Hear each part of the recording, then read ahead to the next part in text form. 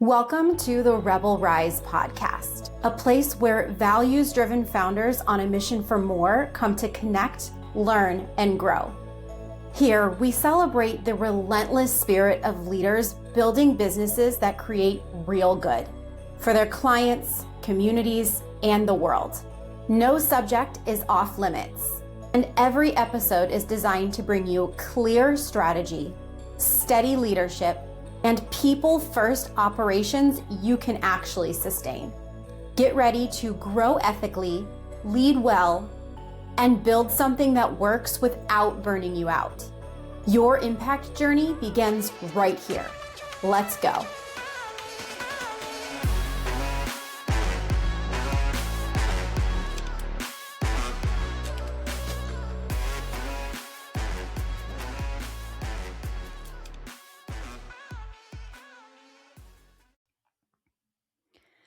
So I'm back with you guys this week for another solo episode, and I'm loving challenging myself in this way because I'm having to be very intentional about the topics that I bring here and what I want to talk about. And it's just been a fun new evolution for Rebel Rise to not have every single episode be reliant on a guest. And don't worry, the guest episodes are not going anywhere because I love bringing you guys my friends and the people that I learn from and I look up to, and I get something so special from them every time that I bring them here. So those are not going anywhere.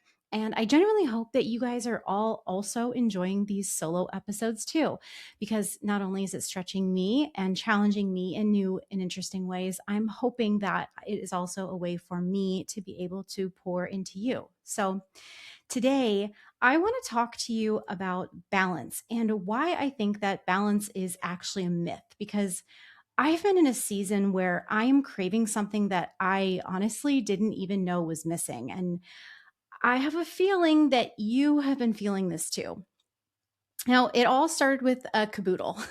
And if you follow me on social media, you've probably heard me talking about this Caboodles lip gloss. And if not, I will bring you up to speed.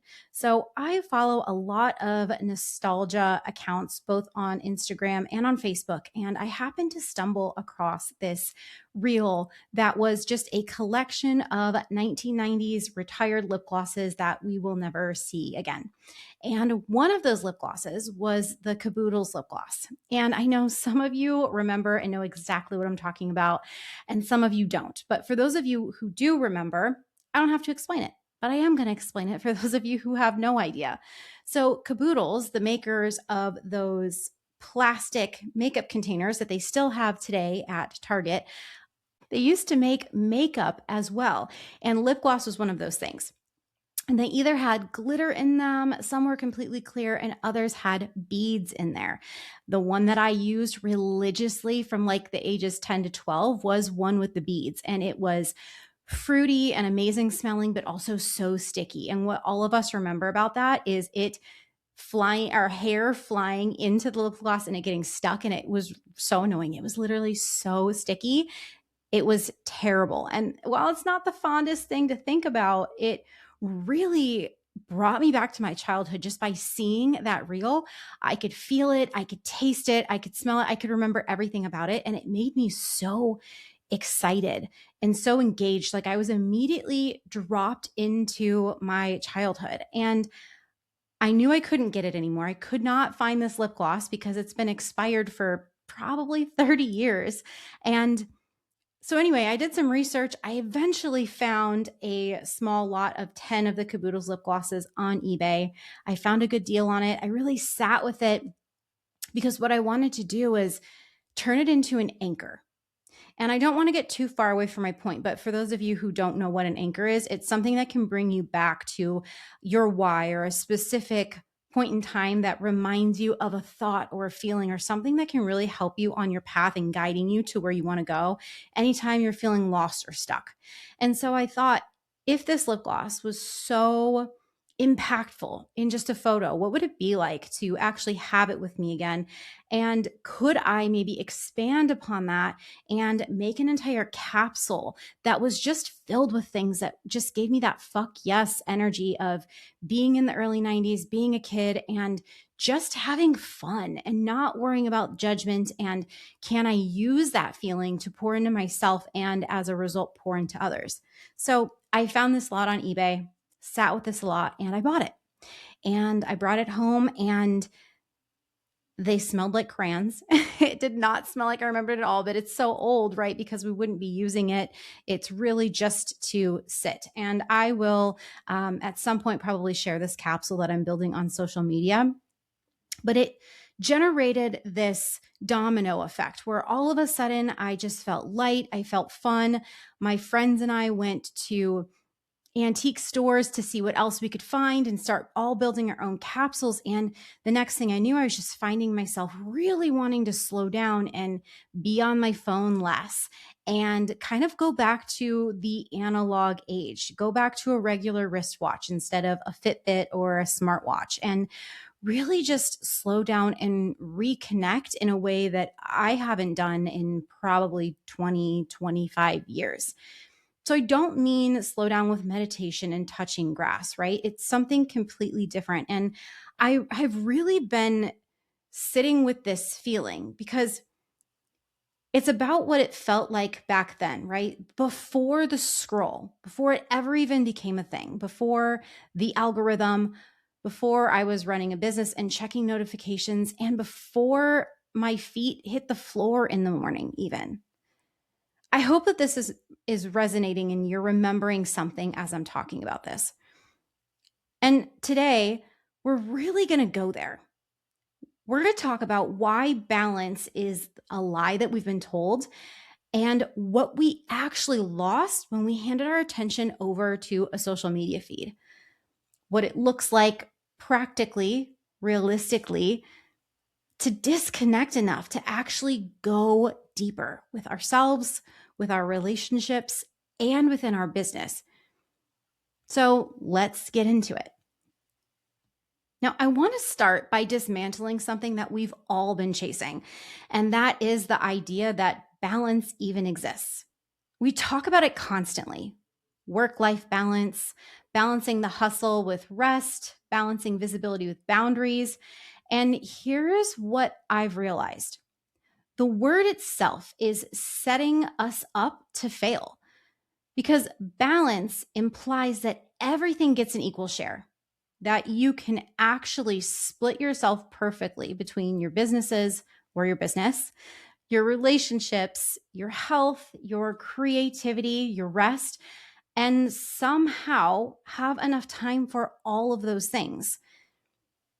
And that's just not life, right? That's literally a spreadsheet or something that is totally data driven. It just doesn't exist in the real world. And the worst part is that the word creates guilt, right? The idea of balance if you don't have it, because you are always off balance by definition. There's always something that got a little bit less of you today. And as solo founders, people who are running businesses that just really don't clock out, whose work bleeds into evenings and weekends, we feel that guilt on a level that is really hard to explain to anybody who's not in it. But here's what I think the real problem is. It's not that we're unbalanced. It's that we've lost the ability to go deep on pretty much anything.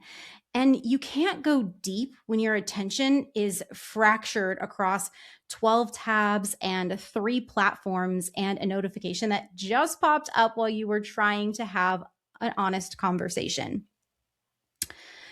So I did a little bit of research, and the Microsoft Work Trend Index found that the average person actually checks their phone over 120 times a day.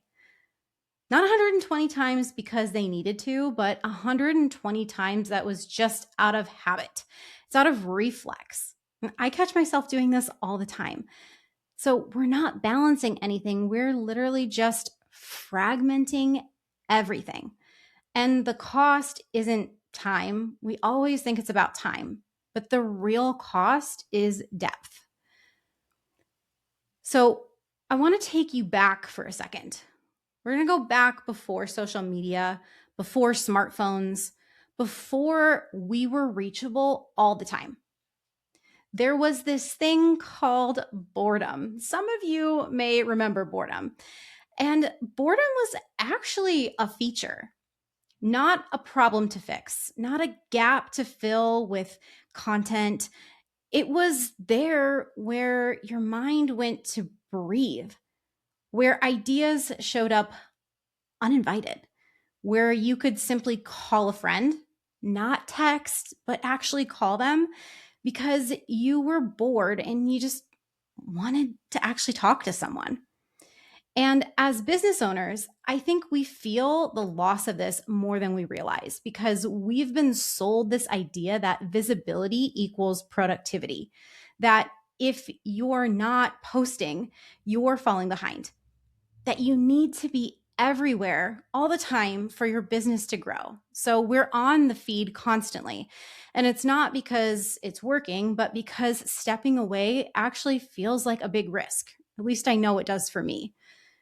So here's what the research says about what that's actually costing us. So there was a study out of the University of Pennsylvania that found that limiting social media use to just 30 minutes a day led to significant reductions in loneliness and depression in just 3 weeks, which is pretty crazy. 3 weeks. That's it. And the thing that really got me about this study was the word loneliness. Because we're more connected right now than we have ever been, but yet we're lonelier than we've ever been. And I don't think that that's a coincidence because we've outsourced our inner voice to the feed. And then we wonder why we feel creatively dry, why we feel directionless, why we sit down to work on something important and we can't seem to focus for more than 8 minutes. And that's 8 minutes if you're lucky. I find a lot of times I focus for 3 minutes and then all of a sudden I'm staring at my Instagram feed and I don't actually even know how I got there. Like sometimes I think it's an actual problem. We know it's a problem, right? So that nostalgia that I felt when I saw the lip gloss, it wasn't just sentimentality.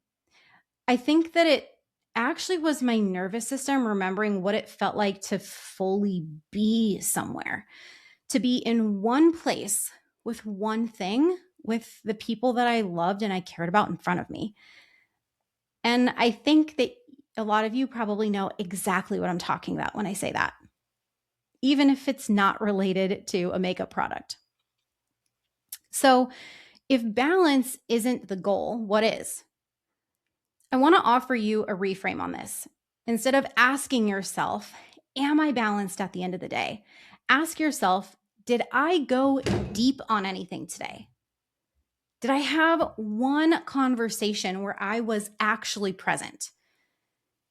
Did I spend 1 hour where I was fully immersed in the work? Did I rest in a way that actually restored me? Because depth is what we're actually hungry for. I also think that's why there is this nostalgia resurgence for everybody right now. And this applies to everything. It applies to your work, your relationships, your community, everything. There was an author and professor named Cal Newport, who some of you may be familiar with, who wrote an entire book that is called Deep Work. I actually have it here on the shelf behind me. And the premise is really simple. It's the ability to focus without distraction on a cognitively demanding task that's becoming increasingly rare and increasingly valuable. It's not just professionally valuable, but it's actually personally necessary because we were not built for the level of fragmentation that we're living in. And this applies to the rest of everything too. So I want to say this clearly because I think we gloss over it. No pun intended. Scrolling is not rest. Scrolling is consumption. So it's literally the opposite of restoration. Real rest is actual disengagement from everything, from input, from performance, from the pressure to be on, your calendar, music, everything. There was an American Psychological Association's 2023 stress research that they did. It was filtered into a report. And that report said that constant connectivity is one of the leading drivers of chronic stress in adults. And it hits especially hard for people who are running their own businesses, because for us, the phone is never just a phone, right? It's the business, it's the clients, it's the content, it's literally everything. It's our lifeline. And so we never fully put it down mentally, even if we're not really looking at it. We're always thinking about it. We always know exactly where it's at, and we check it constantly. And this is the reason why, after reading this, I don't think that the answer is rigid rules. But I'll tell you what hasn't worked for me in just a second. But I think that the answer starts with just understanding what we're actually trying to move back to, right? And it's depth, it's presence. It's the kind of connection that actually fills your cup and gives you energy. Now, I want to be real with you about something, because I know that there's a lot of advice out there, and it's just not realistic for people like us or like me. I'm a manifesting generator. I am made to jump all over the place and not have a set rigid routine. And as people in general, we don't all operate the same, right? But I have tried the structured screen time rules. The app limits the, no phone before 9 a.m. and no screen time after 8 p.m. And the honest truth is that I could never be consistent with that. So if you're somebody that is resonating with that, it's okay. It's fine. There are other ways to make this happen without having to be so rigid like that. That will work for some people. I strongly believe it's just not made to work for everybody. But a rigid rule around my phone, I don't know, for me, it creates more anxiety than it actually relieves. So if you've ever tried it and doesn't stuck, just know that you are not failing.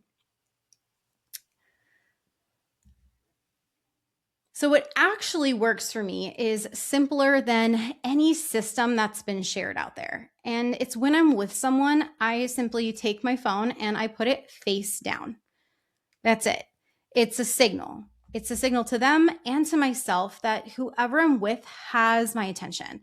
I'm not watching for notifications. I'm not half present. I am here with you in this moment. And it is such a small thing, but it has genuinely changed the quality of my conversations and my relationships, and honestly, how I feel during and afterwards. So what I've come to believe is that the goal isn't to be completely off grid. We don't have to go that extreme with it, but it's to be intentional about where you are on that grid, because there's a difference between being on your phone and being with your people. Online community is real. The connections that we build digitally matter just as much as in person. But doom scrolling has nothing to do with actual connection or productivity. They're just not the same thing. Your best ideas for your business are not coming from a social media feed, and they never have. They're coming from the walk you take outside, the drive that's in silence with no podcast on. Listen to the rest of this before you turn this off. But the moment that you let yourself actually get a little bit bored, we have to start manufacturing the conditions that used to just be a default. So here's where I want this to land. You don't need more balance, because we know that that doesn't exist. You don't need permission to go all the way in to one thing at a time. The version of you that felt more creative, more connected, and more like yourself, they weren't more disciplined. They were just less interrupted and less distracted. And I think when we can get back there, not by throwing our phones into the lake, although honestly, some days it's exactly what I want to do. But we can make small intentional choices that add up to a life that actually starts to feel like ours again. So I want to throw a little challenge your way. I know I don't normally do this on this podcast, but we're going to make it a little interactive here. So I really, really want you to lean in and do this one. I want you to pick one moment, one meal, one conversation, just 1 hour, and go fully into it. Put your phone face down or in another room. No content queued up, no music, no half attention, just you and whatever or whoever is right in front of you. And notice what shows up in that space. Notice what you think about it or how the other person responds to you. Notice how you feel during and afterwards. Because depth is still available to us and it is so powerful. We just have to choose it. Now, I deeply appreciate you all being here. I hope that you made it through this episode. And if this resonates with you and you found it helpful, please share this with somebody who needs to hear it. And I will look forward to hearing your thoughts. You can tag me on social media, and I will see you in the next episode soon. Thanks for listening to another episode of the Rebel Rise podcast. Be sure to subscribe so you never miss an episode and invite your friends to join us next week. This is your time. Now get out there and rise.